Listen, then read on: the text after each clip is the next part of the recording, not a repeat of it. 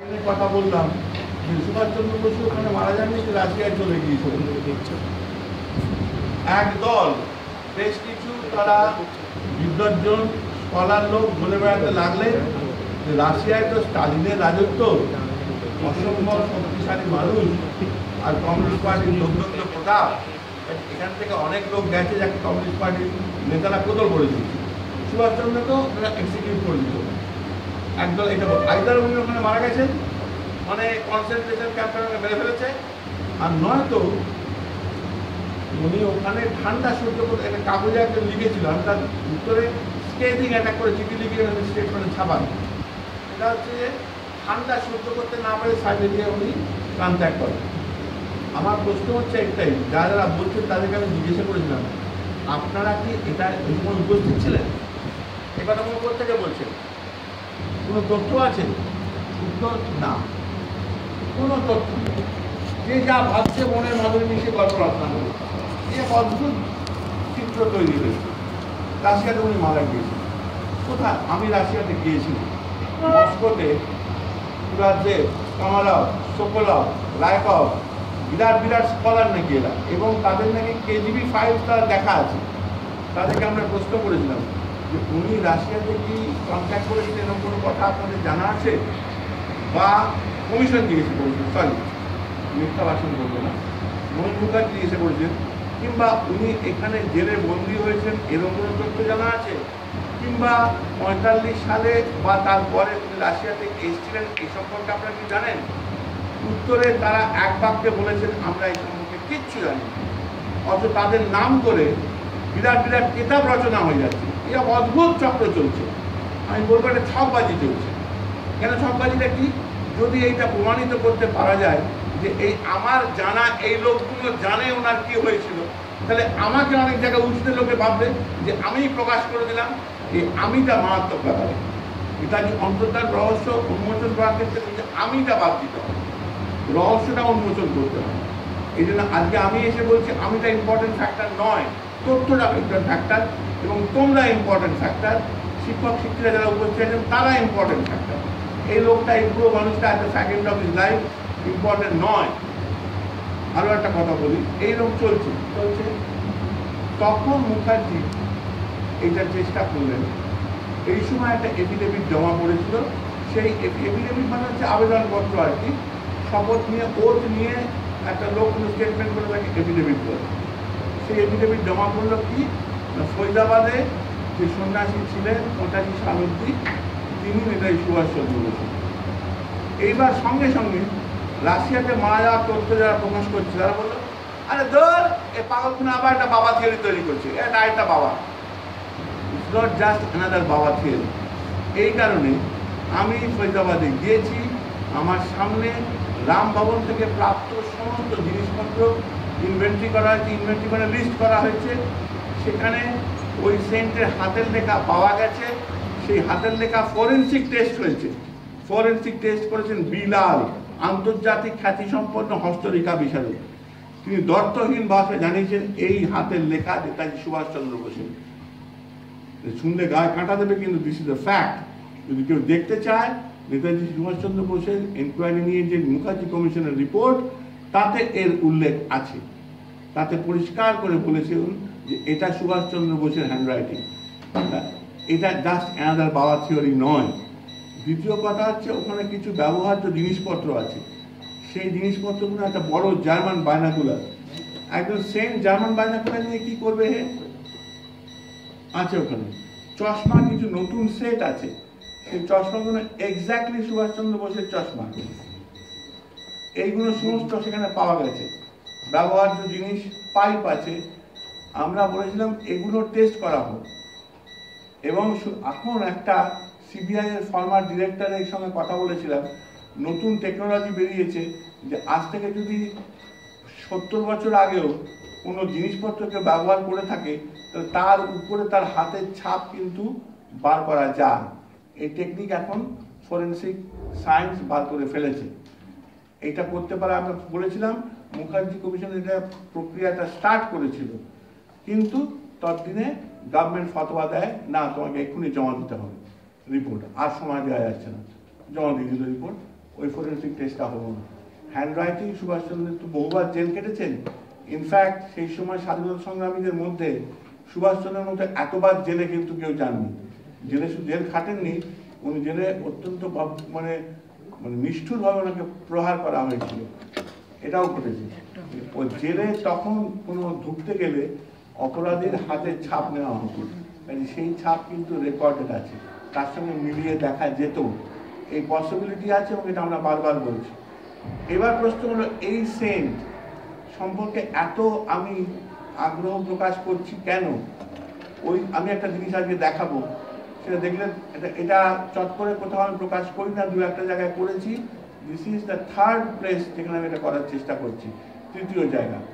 সেটা হচ্ছে যে ওই সন্ন্যাসী যিনি নেতাজি যখন ছিলেন, আমি মনে করি তোমরা, আমি আমার মতামত তোমাদের উপর চাপিয়ে দিচ্ছি না বাবা, এটা বিচার নিজে করে দেখবে। দুটো জিনিস, এক হচ্ছে হ্যান্ড রাইটিং, এটা পরিষ্কার বলা হচ্ছে। দুই হচ্ছে অতুল সেন বলে এক ভদ্রলোক চিঠি লিখেছিলেন একটা নেহেরুকে। তিনি নৈমিষারণ্যে গিয়েছিলেন স্বাস্থ্যোদ্ধার করতে গিয়ে হঠাৎই জলটা খাচ্ছি, সরি হ্যাঁ,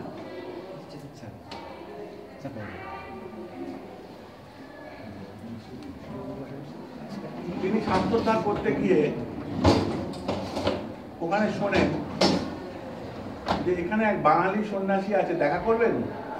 লোকাল লোক বলেছে, বাঙালি সন্ন্যাসী নৈমিষারণ্য উত্তরপ্রদেশ একটা জায়গায় আগে নিমসার বলে, নিমসারে বাঙালি সন্ন্যাসী, যাই দেখা করে আসি।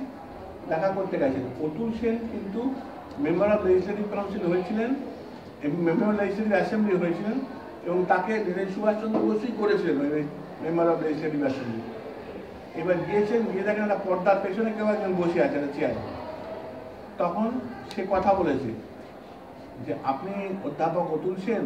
ভয়েসটা শুনেই অতুল সেনের গায়ে কাঁটা দিতে আরম্ভ করেছে। বলছে আমি কি তার সঙ্গে কথা বলি যিনি আমাকে মেম্বার অফ লেজিসলেটিভ অ্যাসেম্বলি করেছিলেন? তো যে খবরদার বাইরে গিয়ে এই সংবাদ পরিবেশন করতে যেও না, তোমার নিজের ক্ষতি তুমি ডেকে আনবে, আর আমার সঙ্গে যোগাযোগ আর জীবনও হবে না। অতুল সেন উত্তেজনা চেপে রাখতে পারেন।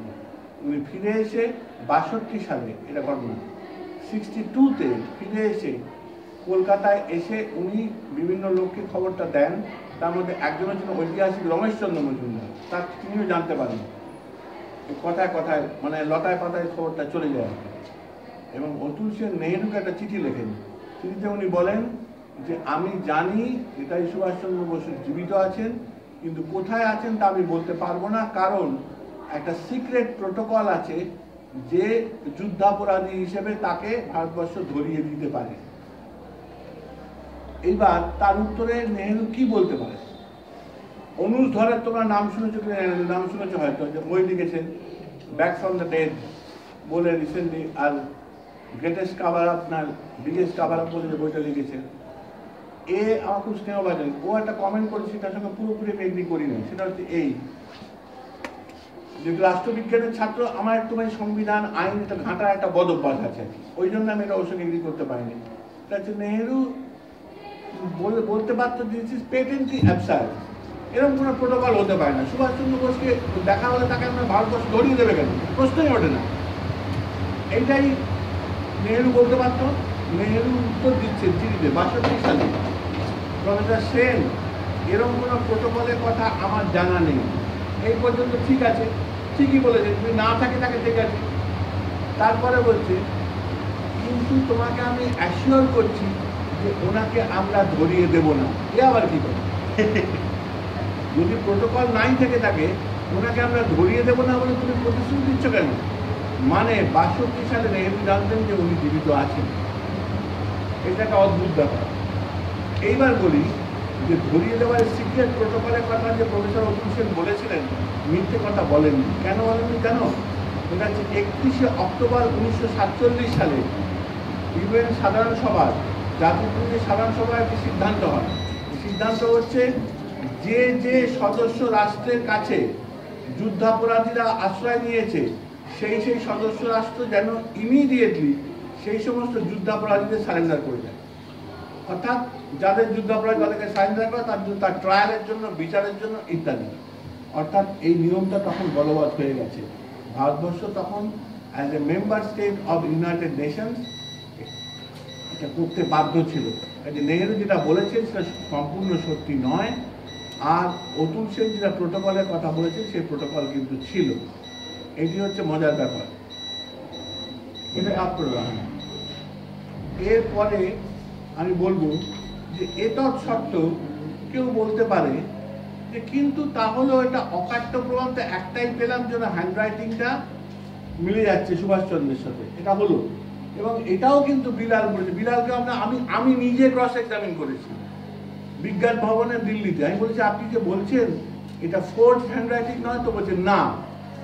এবং যদি কেউ আমার সিদ্ধান্ত ভুল বলে প্রমাণ করতে পারে, উনি লাইফ টাইম অ্যাচিভমেন্ট পেয়েছিলেন কিন্তু ফরেন্সিক সায়েন্সে, এত বড় লোক। এবং ওনার সিদ্ধান্তের উপর ভিত্তি করে সেন্ট কিটস মামলা থেকে আরম্ভ করে ভারতবর্ষের বিরাট বিরাট সমস্ত স্ক্যাম এবং কেলেঙ্কারি মামলার ডিসিশন হয়েছে, কোর্ট ডিসিশন করে শুধু বিলালের সিদ্ধান্তের উপরে। আমার এই কথা ভুল প্রমাণিত হলে আমি আমার সমস্ত ডিগ্রি ত্যাগ করবো, এটা বিজ্ঞান ভবনে দাঁড়িয়ে বিলাল বলেছেন। এখনো জিজ্ঞাসা করলে ওই একই কথা বলবেন এবং বলছেনও। এ একটা অদ্ভুত ব্যাপার। তা সত্ত্বেও কিন্তু ভারত সরকার এটাকে, সে কোনো সরকারই কিন্তু এখনো পর্যন্ত এটা পুরোদস্ত মেনে নিতে বাধ্য হচ্ছে না। এই হচ্ছে ব্যাপার। এটা আর কি প্রমাণ আছে? এই সেম একটা কাগজের উপরে, খুব বাজে কাগজের উপরে, মানে যেরকম আমরা আঁকিবুকি কাটি না, কোনো সময় কিছু করার নেই দেখে সেরকম একটা ম্যাপ হাতে করে তৈরি করেছিল। তারপরে সেটাকে ছিঁড়ে নিয়ে গলা পাকিয়ে ওয়েস্ট বাস্কেটে ফেলে দিয়েছে। ওই যখন ইনভেন্টরি করা হয় ওই গলাগুলো বার করে ছেঁড়া টুকরো করে জোড়া লাগিয়ে একটা বড় বিশাল ম্যাপের আকার পাওয়া গেছে। সেই ম্যাপটা থেকে বোঝা যাবে যে কোন রুট দিয়ে সুভাষচন্দ্র দেশে প্রবেশ করেছিলেন 50-এর দশকে এবং 50 সাল অব্দি ফৈজাবাদে ছিলেন। ম্যাপটা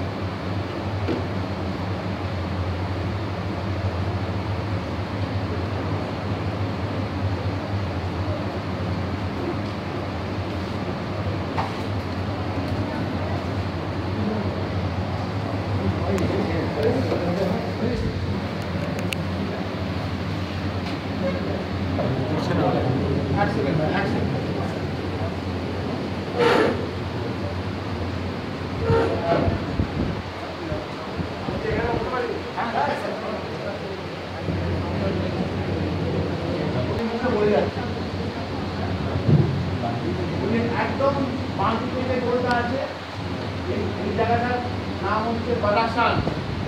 বাদাকশান বলে জায়গাটা দুটো ভাগ আছে, একটা হচ্ছে আফগানিস্তানে খানটা পড়েছে, আরেকটা হচ্ছে তাজিকিস্তানে পড়েছে। তাজিকিস্তানের বাদাকশানের যে অংশটা পড়েছে তাকে বলে গজনো বাদাকশান, যেটা অটোনোমাস রিজিয়ন।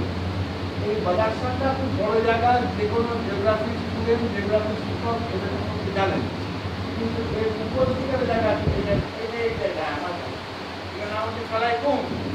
কালাইকুম কীরকম কথা আমি বলছি যে আমি পশ্চিমবঙ্গে থাকি, যে বাইরের লোক একজন যদি কেউ ম্যাপ তৈরি করতে বলা হয়, তো পশ্চিমবঙ্গ থেকে হ্যাঁ নন্দলাল চক্রবর্তী পশ্চিমবঙ্গে থাকে, কিন্তু নন্দলাল চক্রবর্তী পশ্চিমবঙ্গে লেকটাউনের সংলগ্ন শ্রীভূমির পিছনে থাকে, এটাকে ইন্ডিকেট করতে পারবে? করবে না তো? যদি না যদি বলি আমি যেখানে দক্ষিণ দাঁড়িয়ে থাকি, দেখাবে কি? বাইরে ইউরোপিয়ানকে ম্যাপ করতে বলি, করতে পারবে না। যদি না সে দ্বিতীয় ওই জায়গাটায় যায়, একটা জায়গার নাম আছে কালাইকুম বলে, সেখানে 100-200টা বাড়ি নিয়ে ওইরকম একটা জায়গা তৈরি হয়েছে। তাদের বালিগঞ্জ এরকম একটা জায়গা, ধরো মালদার ঝলঝলিয়া রোড, মালদা দেখাবে পশ্চিমবঙ্গে, ঝলঝলিয়া রোড দেখাবে না বড় ম্যাপে। ঠিক আছে, মুখে বলে যাচ্ছে, ঠিক আছে। তো কালাইকুম বলে ওই জায়গাটা কোনো ইন্ডিকেট করা আছে, দিকটা আমার যে আছে, হ্যাঁ ঠিক আছে, থাক মুখে বলছি করে।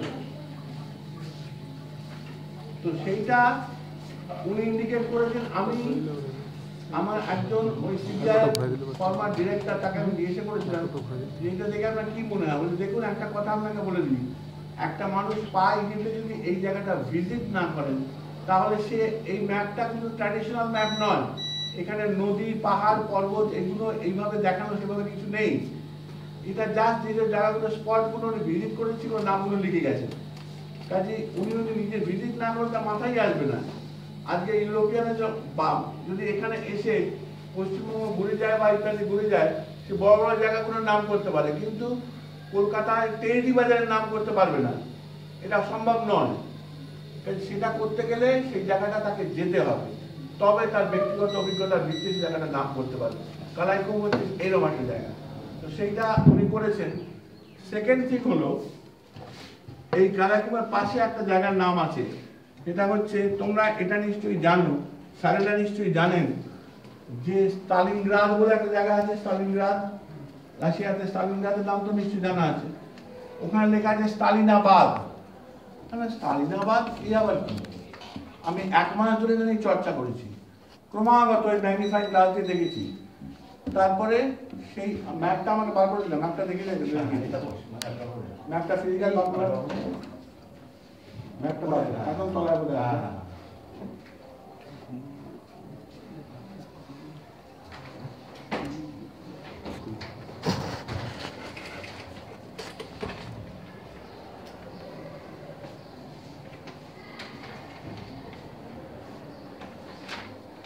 এইরকম জায়গায়, এরকম জায়গায়, এরকম জায়গায় তাজিক লাগবে না, একদম হাতে বলে আমার তুমি বুঝতেই আছে। এই তাজিক বলে জায়গাটা তলায় লেখা আছে স্টালিনাবাদ। আমি এটা কি হিস্ট্রিটা স্টালিনাবাদ বলে আদৌ কোনো জায়গা আছে কিনা দেখতে চাইলাম। আমি অবাক হয়ে গেলাম। সেটা হচ্ছে তাজিকিস্তানের রাজধানী ছিল হচ্ছে দুশানবে। এই দুশানবে যখন তাজিকিস্তান সোভিয়েত সোশ্যালিস্ট রিপাবলিক হয়, অর্থাৎ সোভিয়েত রাশিয়ার আন্ডারে যায়, তখন তার ক্যাপিটালের নাম দুশানবে থেকে হয়ে যায় স্টালিনাবাদ। 1929 থেকে 1961 সাল অব্দি এই ঘটনাটা ঘটেছিল, আবার ওটা দুশানবে হয়ে গেছে। ওই পিরিয়ডটার মধ্যে উনি ওখানে গেছেন। এবার ওখান থেকে লাইন টানা আছে, অ্যারো দিয়ে দেখানো আছে, ঠিক আছে আমি দেখি বলে দিয়েছি। এখান দিয়ে অ্যারো দিয়ে দেখানো আছে, মাঝখানে এই জায়গাটায় কাশগার আছে, ঝাড়খণ্ড আছে। কাশগার ঝাড়খণ্ড হচ্ছে সিল্ক রুট। ওটা আবার তো কারেন্ট চলে যাবে, আমি মুখে বলে শেষ করে দিই। হ্যাঁ, আমি তারপরে শেষ করে তা বলবো। কাশগার ঝাড়খণ্ড সিল্ক রুট, সেই সিল্ক রুট ধরে আবার একটা অ্যারো যাচ্ছে যে চায়নায় কিউচুয়ান বলে একটা জায়গা। এই প্রত্যেকটা স্পট আমি ফিজিক্যালি এই এখন স্কুলে তোমাদেরও না, স্কুলের ম্যাপ দেখে দেখে বার করেছি। সেই কিউচুয়ানে গিয়ে সেখান থেকে ঢুকছেন কোথায়? বালিপাড়া ফ্রন্টিয়ার ট্র্যাক দিয়ে, লঙ্গিয়া বালিপাড়া ফ্রন্টিয়ার ট্র্যাক, তেজপুর, এই জায়গাটা দিয়ে ঢুকছেন। অদ্ভুত ব্যাপার। ওই 273 INA বলে যে ফাইলটা আছে, সেই ফাইলটাতে দেখা যাচ্ছে ব্রিটিশ, আমি ওই জানতা প্লেনের মুখে বলছি, 273 INA ফাইলটাতে ব্রিটিশ ইন্টেলিজেন্স বলছে নেহেরু একটা চিঠি পেয়েছেন, যে চিঠিটাতে উনি বলছেন 46-এ যে আমি রাশিয়াতে আছি, রাশিয়া থেকে আমি ভারতবর্ষে প্রবেশ করব। চিত্রল, ওই গিলগিট এজেন্সি, চিত্রল, এইসব জায়গা যেখানে প্রায় গন্ডগোল হয়, ওই যে পাকিস্তান অকুপাইড কাশ্মীর টাশ্মীর ইত্যাদি, ওই জায়গা দিয়ে আমি ঢুকবো, এইটা চিঠি লিখে জানাচ্ছেন। আমরা একদিন ধরে ছোটবেলা থেকে জানি, তাহলে উনি বোধহয় ওই দিক দিয়েই এসেছিলেন ভারতবর্ষে। তো এই ম্যাপটা দেখলাম বালিপাড়া ফ্রন্টিয়ার ট্র্যাক, কেন করলেন এটা? Highly interesting. সেটা হচ্ছে এই লোকটি তো সারাক্ষণ ধরে ইন্টেলিজেন্স অফিসারের পেছনে ধাওয়া করে বেরিয়েছে। এখানে ব্রিটিশ অফিসাররা, জার্মানিতে জার্মান অফিসাররা, জাপানে অন্যান্য গুপ্তচররা, কাবুলে ব্রিটিশ অফিসার গিয়ে ওনাকে একদম পুরো লিকুইডেট করার অর্ডার নিয়ে চলে গিয়েছিল, খতম করে দেওয়ার জন্য। ওনার অভ্যাস, পাহাড়টা খেল। উনি ইচ্ছে করে নেহেরুকে এবং ব্রিটিশ ইন্টেলিজেন্সকে জানতে দিয়েছেন উনি কাশ্মীর দিয়ে ঢুকবেন। অ্যাকচুয়ালি ঢুকেছেন কিন্তু ফ্রন্টিয়ার ট্র্যাক বা বালিপাড়া ফ্রন্টিয়ার ট্র্যাক দিয়ে। এইটা হচ্ছে ম্যাপটা। আমরা বলেছিলাম যে এইটাতে যে হাতের লেখা আছে এটা ফরেনসিক টেস্ট করা হোক। দ্বিতীয় কথা হচ্ছে এই জায়গাগুলো একটা সেন্ট কেন মেনশন করব? একটা সন্ন্যাসী জাস্ট অ্যানাদার বাবা যদি হয়, সে বাদাকশান লিখছে, তাজিকিস্তান, রাশিয়া থেকে ঢুকছেন, যেটা পরিষ্কার। তাজিকিস্তানের রাজধানী সেখানে স্টালিনাবাদ, সেখান থেকে সিল্ক রুট, কাশগার, ইয়ারকান, এবং তাতে ল্যাটিটিউড লংটিটিউড যা মেনশন করা আছে, আমি নেট সার্চ করে আমার মধ্যে গ্লোবাইজে যতটুকু সক্ষম হয়েছি আর কি, একজন গ্লোব ট্রটারের ব্লগ বার করেছি। তাতে ওই সমস্ত জায়গায় কতটা হাইট, এলিভেশন কত, এক্স্যাক্ট বলে দিচ্ছেন, ওই ম্যাপের মধ্যে আছে। অলমোস্ট 1000-2000 টাকা 2000 তফাৎ থাকতে পারে, আর কিছু নয়। মানে 15,000 উনি বলছেন, আমার তো এখন 16,000 বলছে গ্লোব ট্রটার, এরকম হতে পারে, কিন্তু কাছাকাছি এত। কারাকোরাম রেঞ্জ, ওইখান দিয়ে অতটা ডিস্টেন্স কাভার করে উনি কিউচুয়ান যাচ্ছেন, সেখান দিয়ে বালিপাড়া ফ্রন্টিয়ার ট্র্যাক দিয়ে ঢুকেছেন। এত সমস্ত তথ্য আছে। ভারতবর্ষে এসেছিলেন এবং ফৈজাবাদের 85 সালে ওখান থেকে উনি আবার অন্তর্ধান করেন। কীভাবে অন্তর্ধান করেন? এবার একটা অদ্ভুত রহস্য। আমরা যখন ফৈজাবাদে যাই তখন লোকাল কিছু লোক তারা ওনাকে দর্শন করতে যেত, তারা ওনাকে গুরুদেব বলতেন। এনাকে ভগবানজি আমরা বলতাম, উনিও ওরা ভগবানজি বলতেন। বলছে উনি এখানে মারা গেছেন, দেহ রেখেছেন। আমরা তো দাহ সংস্কার করেছি। এবার আমরা জিজ্ঞাসা করেছিলাম, যার তোমরা দাহ সংস্কার করলে তাকে দেখেছো? না, কি করে দেখবো, কাপড় দিয়ে ঢাকা ছিল। আমার যদি গুরুদেব হয়, তিনি দেহ রেখেছেন, আমি দেখবো না তার চেহারাটা? দেখেনি এনাকে, কাপড় দিয়ে ঢাকা রেখে। কেন দেখতে পাইনি? ডক্টর মিশ্র বলে একজন ছিলেন, তিনি কিন্তু দেখতে দেননি। তিনি একজন সিভিল সার্জন, খুব বড় ডাক্তার, ইনি দেখতে দেননি। এইবারে মুখার্জি জিজ্ঞাসা করেছে, দুজন ডাক্তার ছিল, যখন পড়ানো হয় বলে বলছিলাম দুজন ডাক্তার ছিল। দুজন ডাক্তারের মধ্যে একজন ছিলেন টি ব্যানার্জি বলে একজন ডাক্তার ছিলেন, হোমিওপ্যাথ ডাক্তার। তাকে জিজ্ঞাসা করেছে, আচ্ছা আপনি ডাক্তার, আপনি ডেথ সার্টিফিকেট দেননি? কিন্তু না। কেন দেননি? আমার সিনিয়র তো ডক্টর মিশ্র, উনি দেননি, যখন আমি কেন দেবো? ডক্টর মিশ্রকে জিজ্ঞাসা, আপনি জানেন? না না, ওসবের এখানে কোনো চল নেই। এটা হতে পারে? একটা বডি কাভার করে তাকে মুক্তি দেওয়া হলো, তাকে ডেথ সার্টিফিকেট নেই, কিচ্ছু নেই, এটা হয়ে গেল। এইবার সব থেকে বড় কথা হচ্ছে, ডক্টর মিশ্র পরবর্তীকালে, সেটা ক্যামেরায় ধরা আছে, বলেছেন পরিষ্কার করে যে যাকে সেদিন পোড়ানো হয়েছিল তিনি ফৈজাবাদে বসবাসকারী সন্ন্যাসী নন। অর্থাৎ ওখান থেকে উনি আবার অন্তর্ধান করে গেছেন। উনি এটুকু বলে গিয়েছিলেন, যাবার আগে যোগাযোগ যাদের সঙ্গে হয়েছিল তাদেরকে বলে গিয়েছিলেন, তাদেরকে আমি মিট করেছি, আমি যখন এই জায়গাটা থেকে ছেড়ে চলে যাব তখন আর আমার সঙ্গে তোমাদের দেখা হবে না এইভাবে। এখন যে কথা বলতে আসছে এইভাবে। এই মানুষটার বক্তব্য ভিয়েতনাম ওয়ার সম্পর্কে, ইন্দো পাক ওয়ার সম্পর্কে, বাংলাদেশের সৃষ্টি সম্পর্কে, ইন্দো চায়না ওয়ার সম্পর্কে এনার যে বক্তব্য, সেইগুলো খতিয়ে দেখা যেতেই পারত। আমাকে প্রেসিডেন্সি আগে বক্তৃতা করতে গিয়ে আমার মনে কমেন্টগুলো একটা উদাহরণ দিন তো, যাতে বোঝা যায় সুভাষচন্দ্র বোস অসম্ভব সিগনিফাই করেন, বা উনি যে ব্যাপারটাকে সিম্বলাইজ করেন সেটা হচ্ছে পাওয়ার, শক্তি। অ্যাট দ্য সেম টাইম ওনার সেন্স অফ হিউমার ভীষণ উইটি ছিলেন। তো এক জায়গায় হিমালয়ান ব্লান্ডার বলে একটা বই আছে, সেই হিমালয়ান ব্লান্ডারের বইটাতে ইন্দো চায়না ওয়ার সম্পর্কে নেহেরু নামটা লেখা আছে, তার পাশে ছোট করে কমেন্ট লেখা আছে হিন্দিতে, अंधे नगरी चौपट राजा। এ অদ্ভুত মানে সেন্স অফ হিউমার, কিন্তু অদ্ভুত ক্লাসিক্যাল ভিক্টোরিয়ান সেন্স। কখনো কাউকে গান্ধী, নেহেরু তাদের সম্পর্কে কোনো অশ্রাব্য গালিগালাজ, অশালীন মন্তব্য করতে দিতেন না। এ একটা অদ্ভুত জিনিস। সুভাষচন্দ্রের জীবন থেকেও আমি জানি, এটা জীবনের মানে পূর্ব জীবন থেকে আমি জানি যে বার্লিনে যখন উনি যখন জার্মানিতে যান, সেইখানে ওখানে জার্মান, ওদের ওয়েরমার্ক্ট বলতো, ওদের ওয়েরমার্ক্ট হচ্ছে জার্মান মিলিটারি ফোর্স আর কি, হিটলারের আন্ডারে। তাদের রিপ্রেজেন্টেটিভ কিছু লোক গান্ধী সম্পর্কে অত্যন্ত বাজে মন্তব্য করেছিল, উনি গান্ধী হচ্ছে বলশেভিক লিডার, এইসব কথাবার্তা বলেছিল। সুভাষচন্দ্র তার উত্তরে বলেছে, এইসব বাজে মিথ্যে কথা বলবেন না, আমি গান্ধীজি সম্পর্কে অসম্ভব ক্রিটিক্যাল, কিন্তু আমার দেশ সম্পর্কে আর কেউ কোনো মন্তব্য করলে আমি তা সহ্য করবো না। This is Subhash Chandra. একে খুঁজে বার করতে হবে না, এই সম্পর্কে জানতে হবে না।